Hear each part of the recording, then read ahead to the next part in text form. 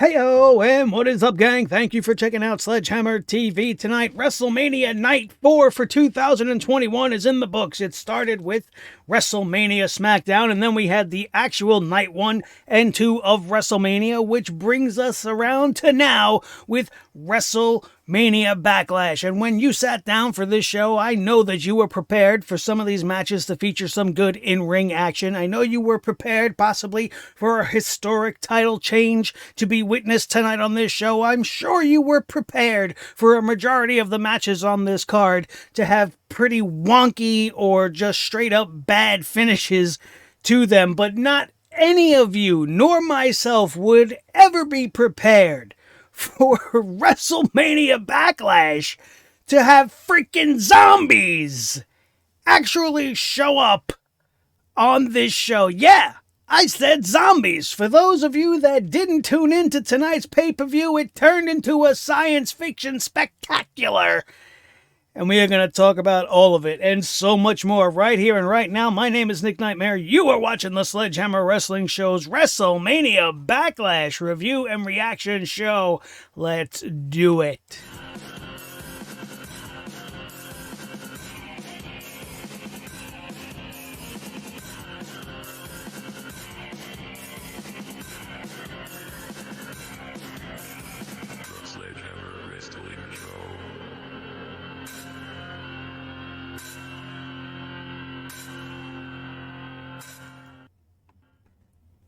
Zombies. Zombies.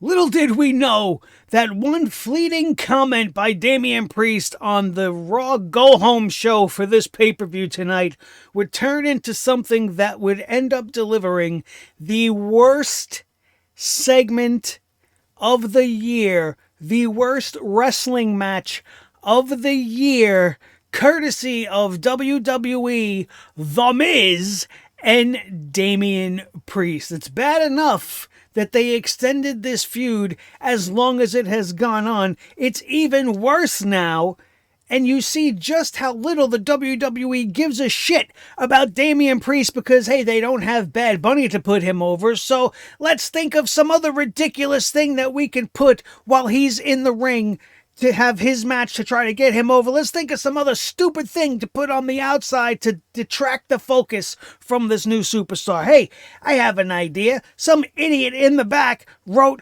let's put zombies in there because, you know, Dave Bautista, he's in that zombie movie. They're going to be the sponsor of WrestleMania Backlash. Let's do an interesting cross-promotion thing. And this idiot is responsible for the dumbest thing I have seen maybe in my life. Not since we've seen the last zombie incident in the WWE. Remember when ECW was restarted and they had the zombie guy come out, oh, I'm the zombie. Some guy we never heard of, some guy we never seen. He just was a new ECW superstar. The zombie!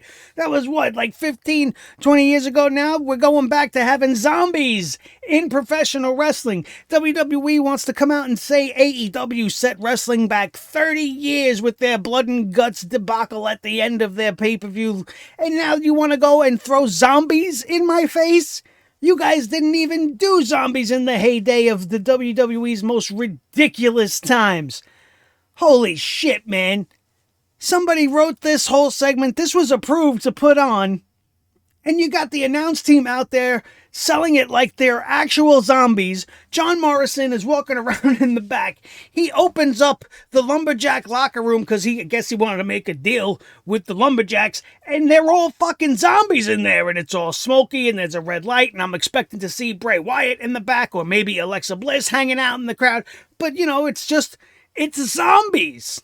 It's real George Romero looking zombies. And now I'm like, no fucking way. This is not happening. There's no way that Damien Priest tells Adam Pearce to get fucking zombies, and Adam Pearce actually went out and got the zombies.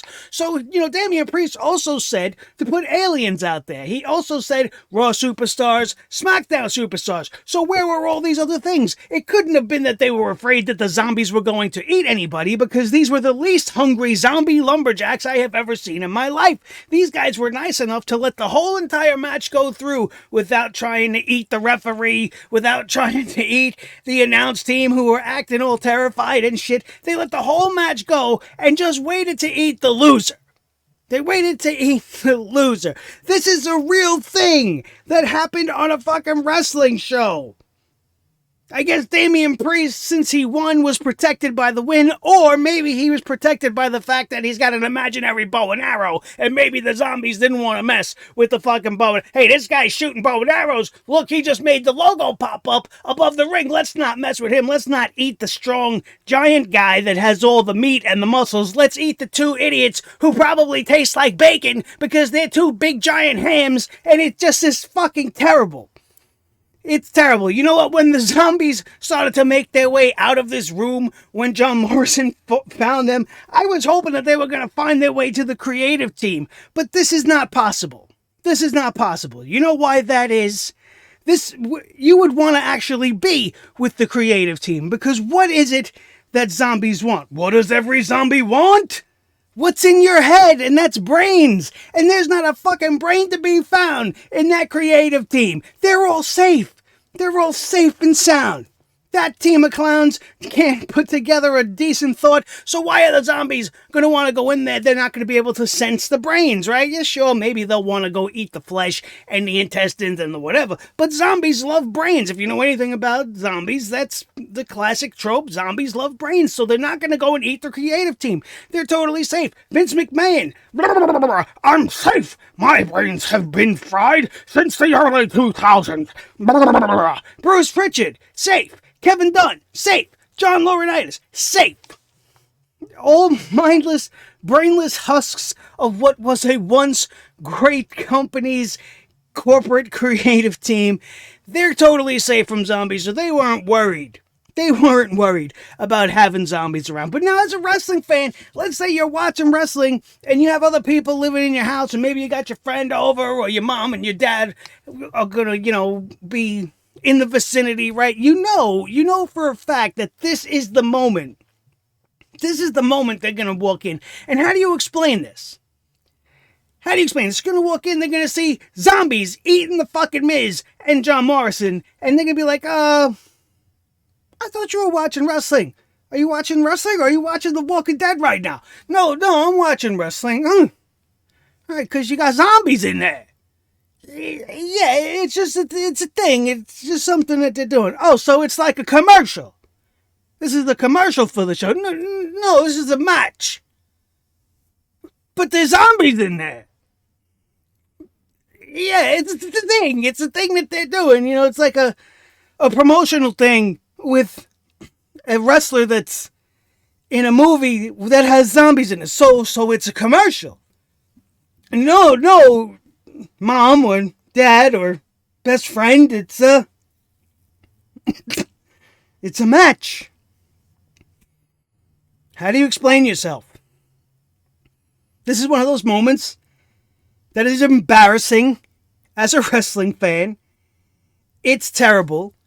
And when you realize that just a few weeks ago, The Miz was the World Heavyweight Champion. He cashed in the Money in the Bank, and he was the World Heavyweight Champion. Sure, it was a short-lived thing, and it ended up around the waist of Bobby Lashley, but this is a man that was and is a former two-time World Heavyweight Champion who is now in the middle of the ring getting eaten by fucking zombies after a match that was nothing more than a glorified commercial for a movie that The Miz isn't even in. Thanks, Dave Bautista.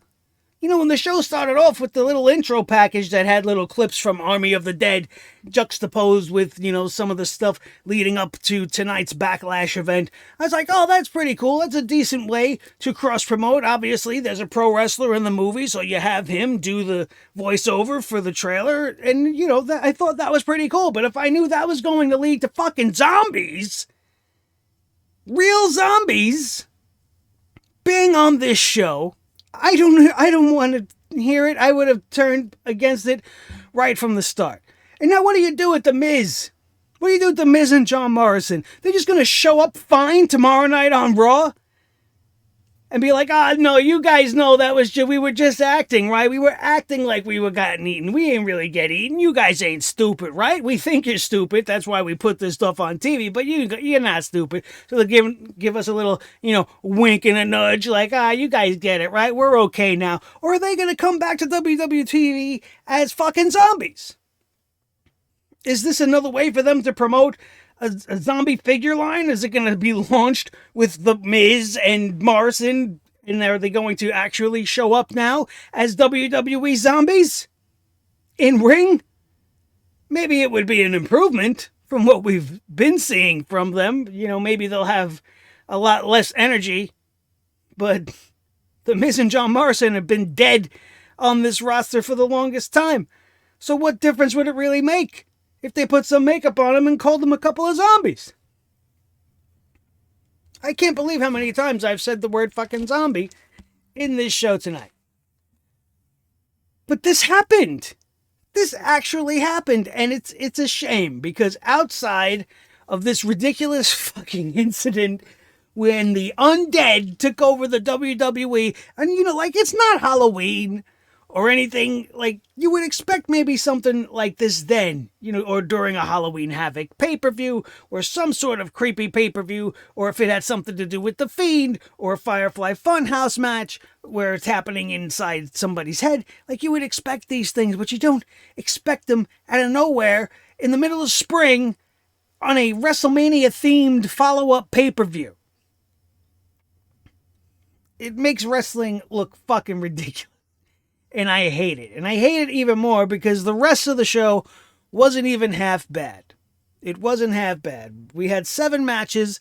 Take away that fucking Lumberjack match from hell. We had 6 matches on this night. None of the matches really ended with a good finish, with the exception of the main event, which was fantastic. But it was more, in that scenario, it was the post-match thing they decided to book that I felt really brought it down and just made my enjoyment of it decrease tremendously. And I'm talking about the involvement of Seth Rollins when everything was all said and done at the end of WrestleMania Backlash tonight.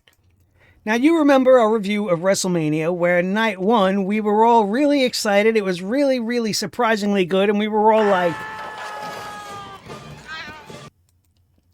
And then we came around to night 2, where it wasn't nearly as good, and we all ended up feeling like this.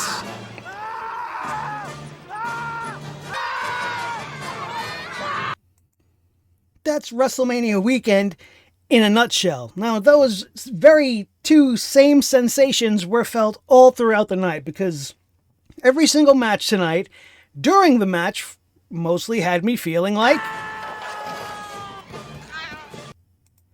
And then we would get to the finish, and of course, you know what's coming. I would be like...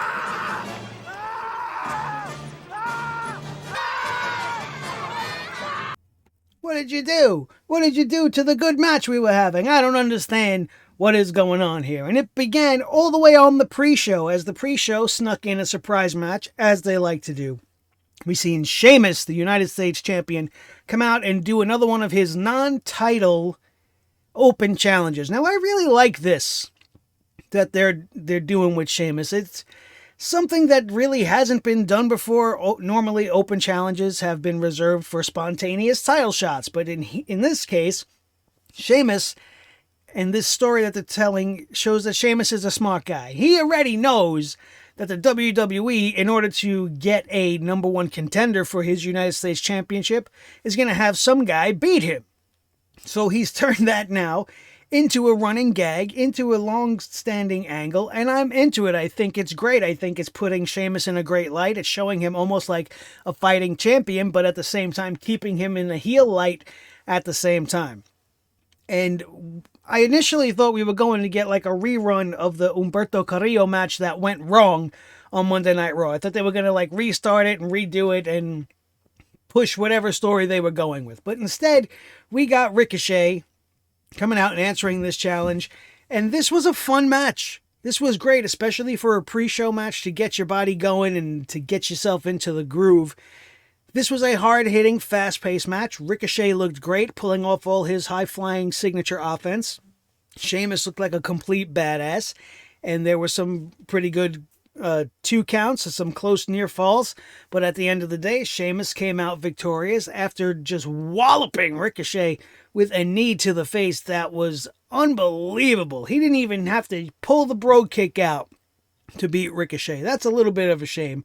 But like I said, Ricochet had his shining moments in this matchup. He pulled off a beautiful springboard 450 splash, came very close to beating Sheamus on a number of occasions, but it wasn't meant to be. My problem with this match, again, wasn't so much the match, or not even so much the finish, but the post-match angle, which had Sheamus putting his Baron Zemo coat back on, and he took his little 1920s fedora and he put it back on his head, and he then went on to cut a promo, which I thought was going very well, and I liked the direction he was going, and he was talking about how he's probably answered the most open challenges and offered the most open challenges and have been successful with them in the history of professional wrestling. But before it can really get any further than that, all of a sudden Ricochet woke up from his coma, got back in the ring, assaulted Sheamus, stole his coat, stole his hat, put the guy's gear on, and then started to dance around like a clown in the middle of the ring, as if he didn't just have one temple knocked to the other side of his face by Sheamus's running knee. Now, all in all, I don't really mind. I understand what they're doing, but don't they? This is one of the WWE's problems, is they just sometimes do too much. Whereas the win for Sheamus tonight should have been the end of that segment. That's what Monday Night Raw is for. To follow up from what happened on the pay-per-view. You don't have to run follow-up segments immediately after the match is over. But that's what they did here, and I didn't really appreciate it too much, and it just led to Ricochet getting away. Obviously, we are going to get a feud between these two going forward. But this was a moment for Raw. You could have had Sheamus come out bragging, talking about how he's the best U.S. champion in the world, doing his whole shtick that he was going to do tonight, and then Ricochet comes out and does whatever it is you want to do. Doing the typical WWE trend right now. The new thing they're doing this year is having the babyfaces act like heels. So naturally you would want Ricochet, the babyface in the scenario, to attack the heel, because that's essentially what happened. So it doesn't really even make sense what they're doing, but they're just trying to prolong the story.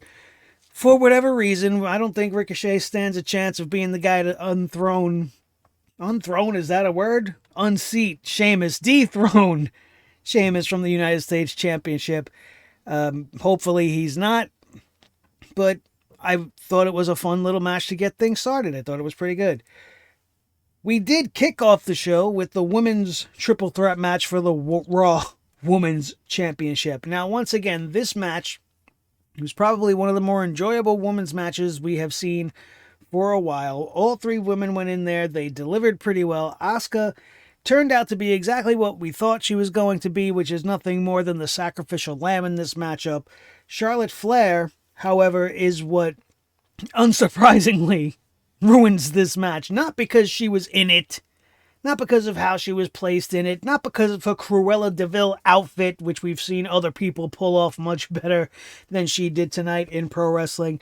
Not for any other reason than because she was part of the finish here in this match and then just fucking disappeared with no explanation. It doesn't make any sense. At the end of the triple threat match, which did feature some very good action, all the girls got their stuff in, and it was a very hard-fought match here. But what I thought was very confusing was the fact that the end of this matchup showed Charlotte Flair giving a big boot to Asuka from the outside. And then apparently she slipped from the apron, I guess, or just went down to the floor or whatever, but there was way more than enough time for Charlotte Flair to get in and break up the 3 count after Rhea Ripley delivered her finishing move, whatever it's called. I forget what it is, because she's just a very non-memorable character. She's just the champ right now, and there's really nothing more to her than that. But the Riptide. There it is. I had it in my notes here. Rhea Ripley hits the Riptide for the win. Charlotte Flair vanished. It's almost as if Alexa Bliss was in the back and she made Charlotte Flair disappear or made her immobile, like she did to Shayna Baszler with her little voodoo tricks. Why didn't Charlotte Flair break up that pin? It's almost as if she just decided, fuck it. Fuck it, I'll get her next time. I don't feel like getting involved in breaking up this 3 count. I'll have my rematch one-on-one and I'll kick her ass somewhere down the line. Because she definitely could have made it in to break up that 3 count. It was really weird. They even cut back to her after the 3 count was made. She's just standing outside the ring like, what? What?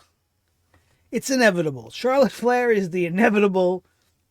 However, Rhea Ripley is still the champ. And unfortunately, Asuka was the sacrifice. And if you expected any different, you'd be wrong. But Rhea Ripley still, to me, is a dead character. I have no reason to invest in her. We know nothing about her, except she likes really weird, thrashy music. She wears leather and chains. She's got a short haircut. And she came from NXT and won the championship at WrestleMania. Other than that, what do you know about this character? What is she all about? Why is she the Nightmare? Why does she like the word brutality? Where is she from? What's she all about? We don't know any of those things. But we have more than enough time to tell us about Charlotte Flair and everybody else over and over and over again that we don't want to see. And Asuka, he had never had a chance. She was only in there to take the pin one way or the other. I got this wrong. I thought they were going to go right off the bat and give this to Charlotte Flair and just get it over with. But I guess they're going to give Rhea a little bit more time in the sun. And I guess that's fine. Maybe we'll learn something about her along the way. Then we had the tag team championship for Smackdown.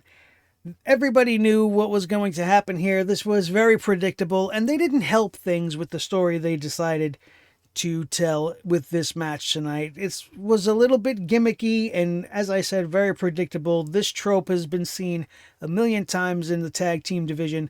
Dominic got beaten up prior to the match, not post-match, prior to the match by the Dirty Dogs. Dirty Dogs decided to do their dirty dog thing and be a couple of dirty dogs and beat up the Giant Baby Man, being that he's the bigger opponent and probably poses the bigger threat. Even though they're acting like, oh, you don't belong here, and you're a young, tiny baby, and blah, blah, blah, and this ridiculous story that they're writing, and this very bad heel stuff that they're giving the Dirty Dogs to torture the Mysterio family with.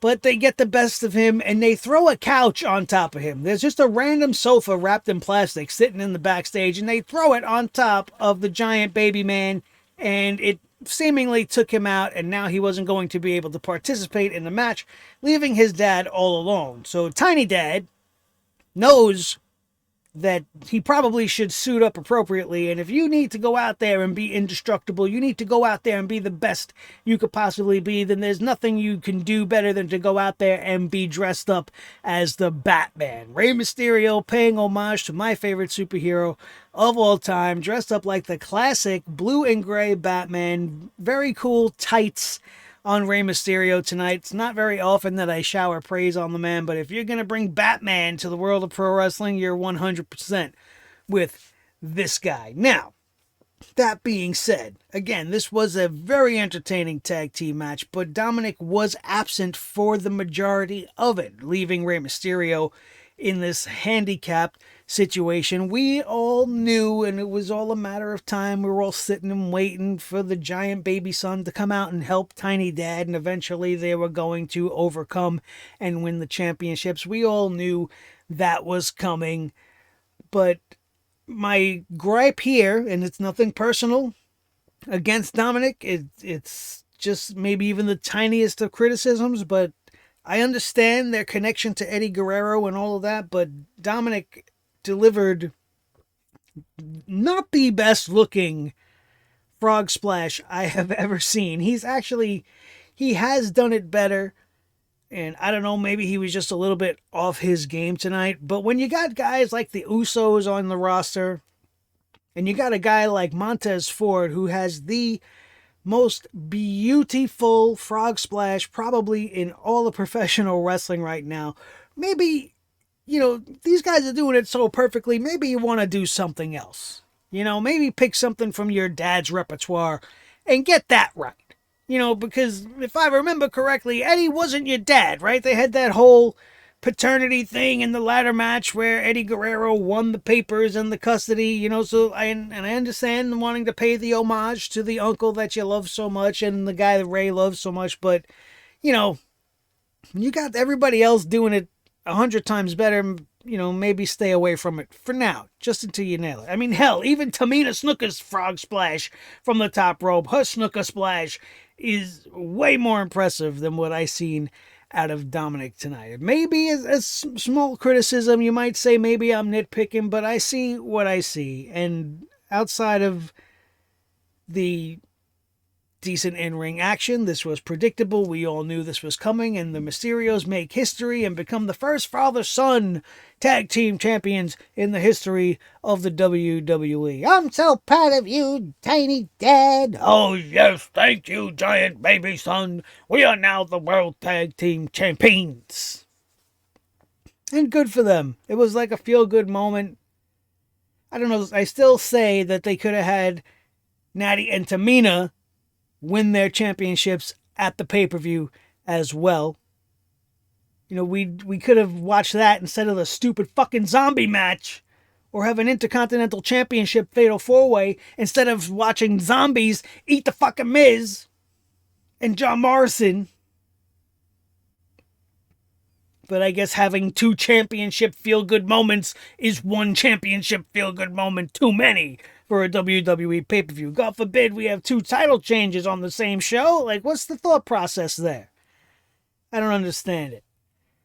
But now you got guys like the Usos possibly coming back together, maybe going to be on the hunt. I'd love to see the Usos versus this Mysterio duo. I think that would be interesting, especially if maybe Jimmy comes over to the dark side and they go to try to get those championships to make it up to Roman Reigns for all the dissension at the start of this whole thing. Who knows? That's already too good of an idea for them. And if it does come to fruition, probably where they heard that shit first, right here on your new favorite wrestling show. So after this tag team match, we had the zombie match, which we ranted on so much at the beginning. I don't want to talk about it again. We are going to fly through this. The fact of the matter is, the zombies had their own fucking entrance music. They came out after Damien Priest came out, after The Miz came out. There was a bunch of backstage shit with Miz and Morrison, where Morrison's trying to tell Miz there's zombies and nobody's believing John Morrison. Then all of a sudden, the zombies come out to the Army of the Dead song, whatever song it is they're playing in the trailer. So they come out, they surround the ring, the lights are down. It's almost like a Bray Wyatt match. Everything's kind of red, and the zombies are outside the ring doing the whole zombie thing. And then this match happens. All right, now this match was probably a little bit under 10 minutes, but no matter how long it was that many minutes too long, because this didn't need to exist in my life.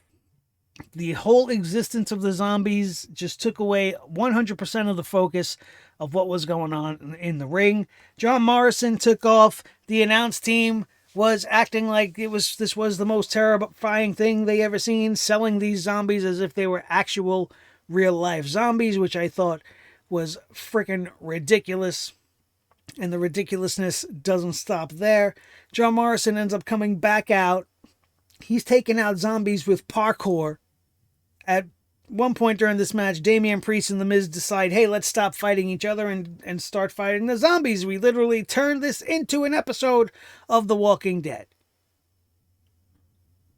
But last time I checked, any good zombie hunter knows you go for the head. You don't do flips onto zombies. You get something like this delicious hammer, or you get a hatchet or a machete or a gun, preferably, and you go for the head. Everybody knows you go for the head. It's zombie fighting 101. Go for the head, take it out. But no, these guys are doing elbows and punching them and throwing them around, and John Morrison's parkouring all over the place.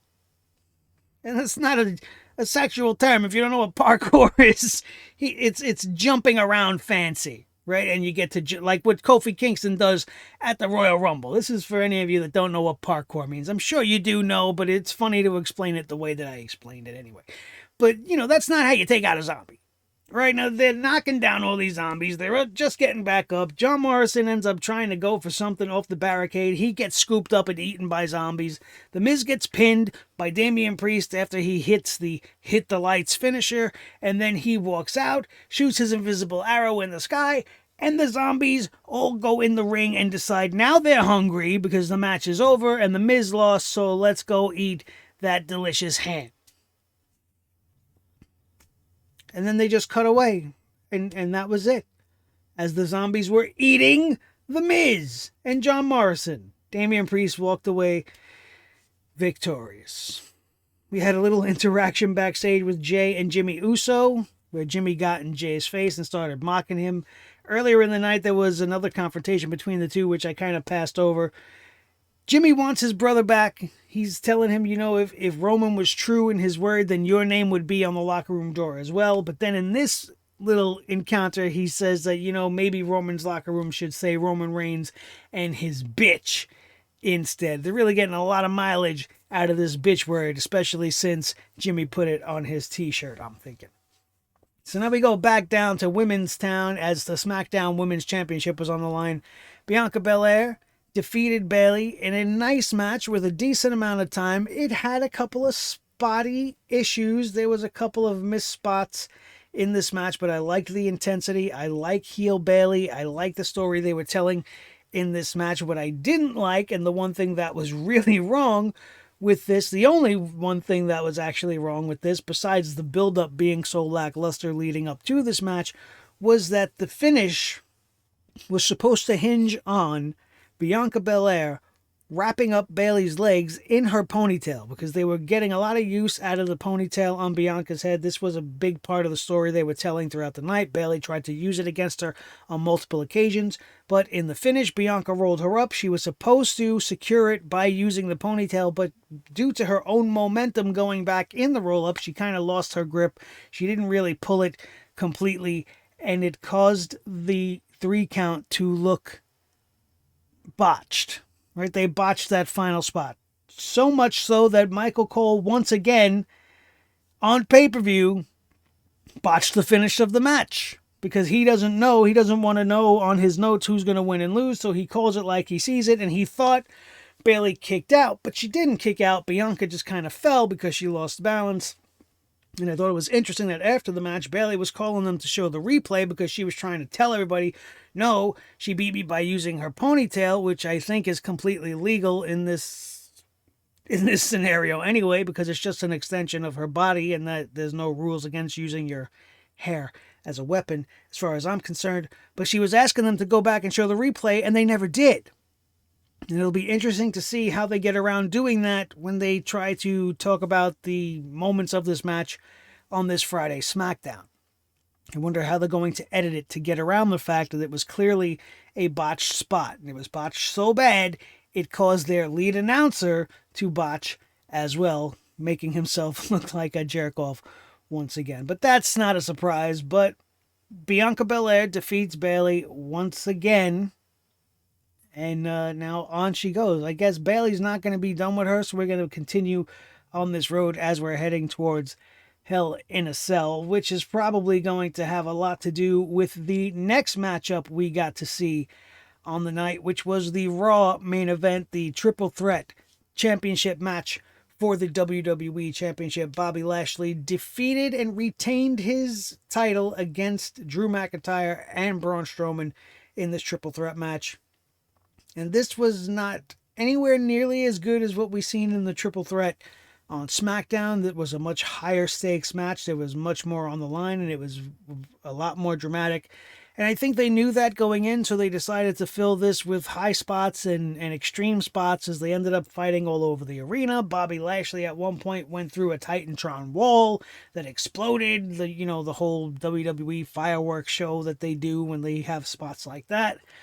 But somehow, despite that, managed to come back and retain his championship in this match. It had a nice amount of time, and this was a big beefy boss fight between a bunch of big beefy bosses, and it was entertaining at times, but I just wasn't really invested in anything on this whole entire card up until now. There was no investment, and there was some enjoyment as far as the in-ring action, and that went for this match as well. But the one thing tremendously wrong with this match is the fact that it pretty much had the same exact finish as the triple threat that opened the show with the women for the Raw Women's Championship, minus the disappearing act. Drew McIntyre did not disappear. He just was legitimately thrown to the outside, and after the amount of damage he was put through, I could imagine he wasn't moving very quickly. Wouldn't have been able to make it back in time because Bobby Lashley took complete control of the situation at the end of the match. Despite being, not a minor factor, but Drew McIntyre and Braun Strowman were definitely the major factors of this matchup. They were beating the shit out of each other. There was a lot of furniture being busted, and Bobby Lashley just found the opportune moment to get in there and get the win when it was most necessary. Drew McIntyre practically had this match won because he hit Braun Strowman with a Claymore kick after evading a running power slam, only to have Bobby Lashley throw him out of the ring, hit the spear on Strowman, and get the win. So essentially this was a repeat of the finish from the other triple threat on the same night.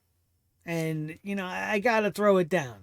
I have to be honest with you. As good as the match might have been, it definitely surpassed my expectations for the match. Maybe one of Braun Strowman's better matches he's had in recent months. But he's definitely going to be out of the picture. With Hell in a Cell being the next pay-per-view coming up, you got to believe Bobby Lashley and Drew McIntyre are headed for one more dance, and it's going to be inside the cage for this championship that they've been battling on back and forth for since WrestleMania. So hopefully they stop naming everything WrestleMania something. At least they didn't say, WrestleMania Hell in a Cell. So, at least there's that. And then we have the main event. The Universal Champion Roman Reigns defeats Cesaro. This is not a surprise to anybody, nor is the fact that these guys went nearly 30 minutes and stole the show with this matchup. Cesaro was fantastic. Roman Reigns looked great. They both made each other look great. There was a solid story being told here. Roman Reigns taking advantage of injuring and continuing to work on the shoulder and right arm of Cesaro, and this was the telltale sign of the whole entire match. No matter what, Cesaro was not going to go down. He took some of the best shots Roman could ever deliver. He had a very Daniel Bryan-esque kind of a match, because no matter how hard Roman hit him, he just kept getting back up. And they did the brilliant maneuver here with the finish of the match, where you didn't have Roman Reigns pin Cesaro. You didn't have Roman Reigns definitively tap out Cesaro. You pulled the Stone Cold Steve Austin route, and you had him pass out. Cesaro passed out, wrapped up in a guillotine that he fought with all of his might. It was some of the most impressive physical feats of strength I have ever seen. Roman Reigns is not a small man, and Cesaro picked him up tonight on multiple occasions like he was a baby, escaping multiple submission maneuvers just by standing up from the mat with a giant man wrapped around him like an anaconda snake. It was unbelievable, but it wasn't enough. It wasn't enough when all was said and done. Despite all of the brutal torture these men put each other through, in the end, it was Roman Reigns victorious, cleanly beating Cesaro by having him pass out in the guillotine choke. This match was fucking fantastic. I enjoyed it. I think it might be my favorite match of the year so far. Cesaro, even in a losing effort, proves to the world that he is a main event superstar. So if you're loving this match so much, Mr. Nightmare, what's the problem? Well, the problem comes when the match is over. Because we didn't have the Usos get out of the back and get involved in any way. They went 100% straight with this match, Paul Heyman didn't get involved. No wonky outside nonsense happened during the match. But then Jey Uso comes out, apparently to celebrate with his cousin. I guess he's still on Roman Reigns' side, even though Jimmy is maybe starting to chip away at that relationship. He came out to give Roman Reigns the ceremonial necklace of the tribe that he likes to wear, that, red necklace of red hot chili peppers that they have there for Roman to wear. And as Roman is celebrating, you see Jey Uso just like salivating at the mouth, man. He's been so pushed around, so beaten up, and so torn by his brother's return and what it's doing that he wanted to just destroy Cesaro. And I'm thinking it was just for that, just to get some aggression out. And Roman Reigns said, go ahead, man. And he sicked his dog on Cesaro, and he was giving him a real solid beatdown. And then it gets even less interesting. Like, all of this didn't seem to make sense to me, because Roman got the win. All right, they're trying to play off of the family drama. Jay's all pissed off. So he's beating up Cesaro. Further, proving his worth, I guess, to Roman Reigns, or he's just doing this to get his aggression out. And then you have Seth Rollins come out. And immediately you assume, since he was missing from SmackDown, that, maybe he's going to align with Cesaro. Maybe they're going to do something different and turn him face, because they really don't have anybody to go up against Roman right now. Nobody has been built up as the number one babyface of SmackDown. Cesaro's doing a great job, but he's not going to be the one. Eventually, somebody has to be the one, and I'm thinking in this moment, maybe it's Seth Rollins, and he came out in a ridiculous jacket as usual. It looked like somebody just dripped some paint all over his nice white suit, as he giving a new meaning to the word drip, because that's what his suit was inspired by. I guess just the word drip. Anyway, suit nonsense aside, he came out and had a little face-to-face with Roman Reigns, which might be a taste of things to come. But by the time this segment ended, you don't really have any reason to believe that, because he laughed at Roman Reigns. Maybe he was drinking the same juice Bailey's been drinking lately. And then he went on to beat up Cesaro, and he did a lot more than just beat him up. As Roman Reigns and Jey Uso and Paul Heyman exited the ring victorious, Seth Rollins went to work on Cesaro, assaulting the already heavily injured right arm to the point where it was pretty brutal. And he sandwiched that right arm in a steel chair, was leading Cesaro around on it all over the place before he smashed it into the steel post of the ring. And Backlash would end with Seth Rollins hitting a curb stomp on Cesaro and celebrating and laughing. The whole time he was beating up Cesaro, he was screaming in his face, things like, you think this wasn't going to happen? You think you're done with me? All the typical things Seth Rollins likes to scream, simple, typical Seth Rollins type shit. But the post-match attack took away from the main event to me, because what is this really saying? Are they going to pull Cesaro back down, take him away from the Universal Championship, and just put him back on this course to fight Seth Rollins, which we have seen for the last couple of months, which we've seen at WrestleMania and should be over by now? It just, I was actually scared that this is what was going to happen with the Usos, like that they were going to come out and the whole Uso family versus Roman Reigns head of the table thing was going to take away and detract from Cesaro.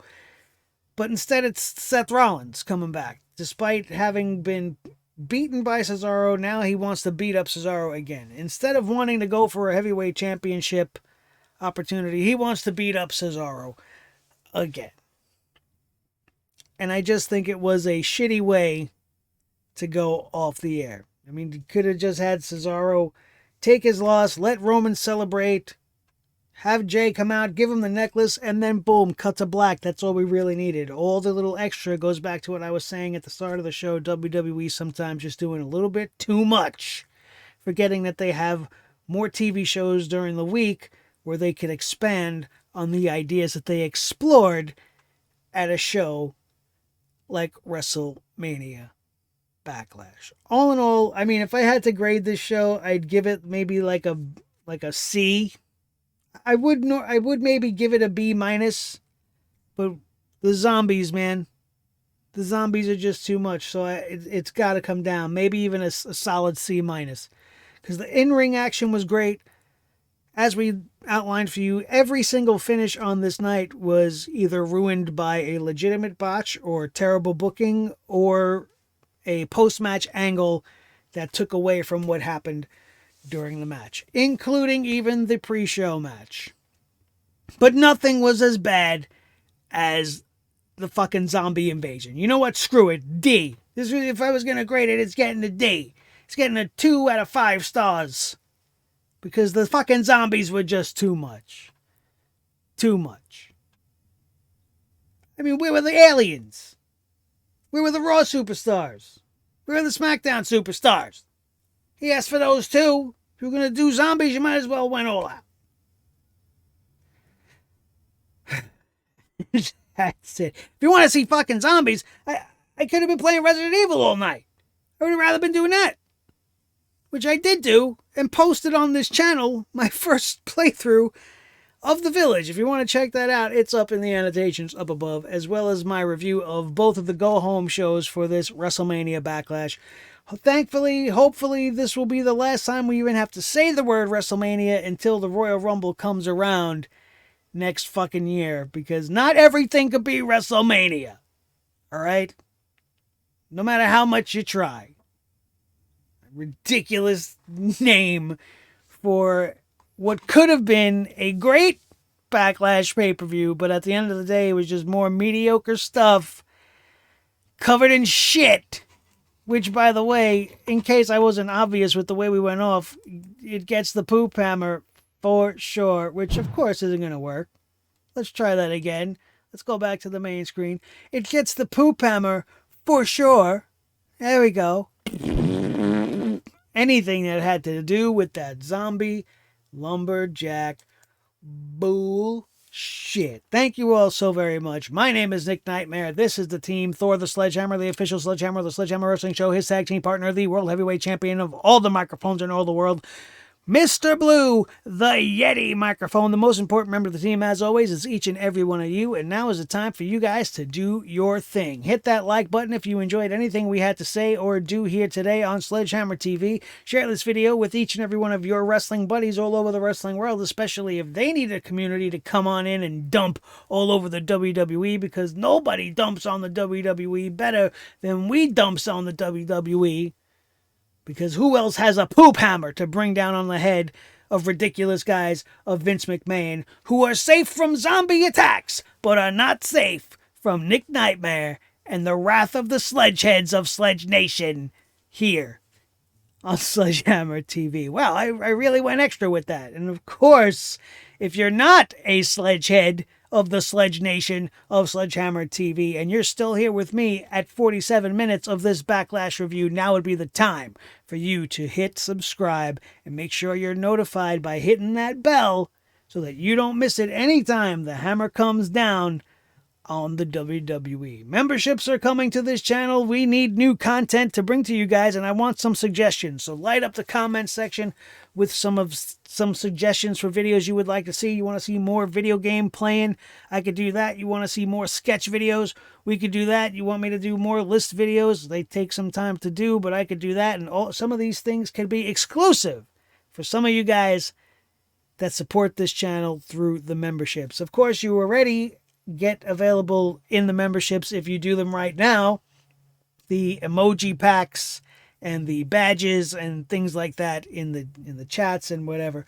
But we're working on perks, and I don't want to just throw some random shit at you. I want to know what you guys would actually want so that I could deliver to you quality content as premium members of Sledge Nation. Thank you all so very much. More information on that as it comes available. Make sure you're following us on Twitter and Instagram in order to stay up to date on all the recent news and information. As you see, things are changing around here at the Sledgehammer TV YouTube channel, and we're just trying to get better and better every day. And thank you all so very much for your continued love and support, and we'll see you guys tomorrow night for Monday Night Raw, which will undoubtedly be a much worse 3 hours than this 3-hour edition of Raw, featuring some Smackdown segments WrestleMania Backlash. That, my friends, is going to do it. We are out of here, and we will see you next time right here on your new favorite wrestling show, the Sledgehammer Wrestling Show, only on Sledgehammer TV, right here on YouTube.com.